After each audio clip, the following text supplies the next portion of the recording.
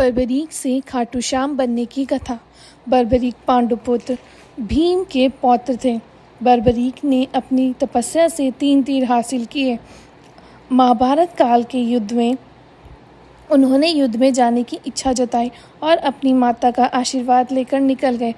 माता से उन्होंने जाते हुए वचन लिया कि वह हारे का सहारा बनेंगे, जो पक्ष हारेगा उसकी तरफ से युद्ध लड़ेंगे।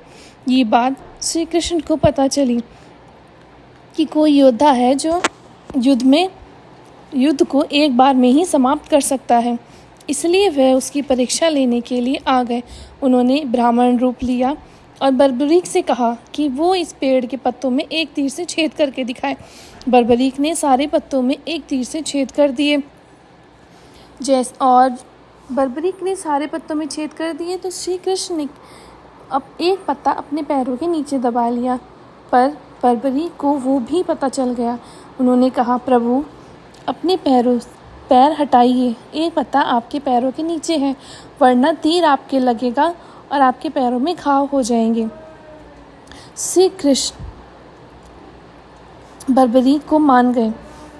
उन्होंने सोचा अगर ये युद्ध में चला गया तो युद्ध समाप्त हो जाएगा, एक ही दिन में युद्ध समाप्त हो जाएगा।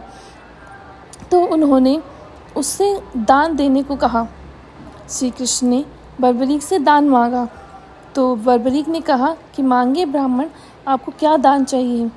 तो श्री कृष्ण ने बर्बरीक से बोला कि मुझे तुम्हारा शीश दान चाहिए।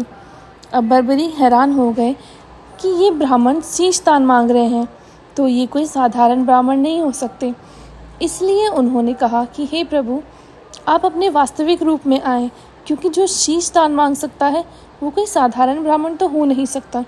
श्री कृष्ण अपने वास्तविक रूप में आए तो बर्बरीक ने उन्हें अपना शीश दान में दे दिया, जिससे श्री कृष्ण बहुत प्रसन्न हुए।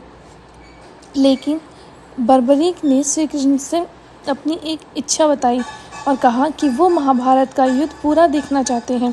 तो श्री कृष्ण ने बर्बरीक का सर एक पहाड़ के ऊपर रख दिया, जिससे बर्बरीक ने महाभारत का पूरा युद्ध देखा। युद्ध जब समाप्त हुआ तो श्री कृष्ण और पांडुपुत्र बर्बरीक के पास पहुँचे और पूछा, बताओ बर्बरीक, इस युद्ध में कौन विजय हुआ? किसने सबसे अच्छा प्रदर्शन करा है? कौन जीता है, बताओ। तो बर्बरीक मुस्कुराए, हंसने लगे।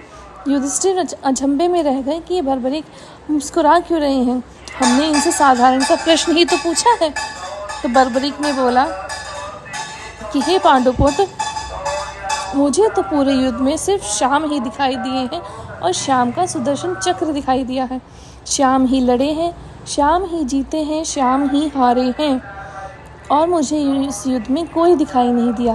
तब श्री कृष्ण ने कहा कि बर्बरीक, तुम्हें इस युद्ध में सिर्फ श्याम यानी कि मैं दिखाई दिया हूँ, इसलिए तुम हमेशा मेरे श्याम नाम से जाने जाओगे। मैं तुम्हें ये वरदान देता हूँ, तुम आने वाले युग यानी कल युग में खाटू श्याम के नाम से जाने जाओगे। और दूसरा वरदान ये है कि तुम हर घर में पूजे जाओगे, जैसे जैसे कलयुग बढ़ेगा वैसे वैसे वह तुम्हारी पूजा हर घर में करी जाएगी।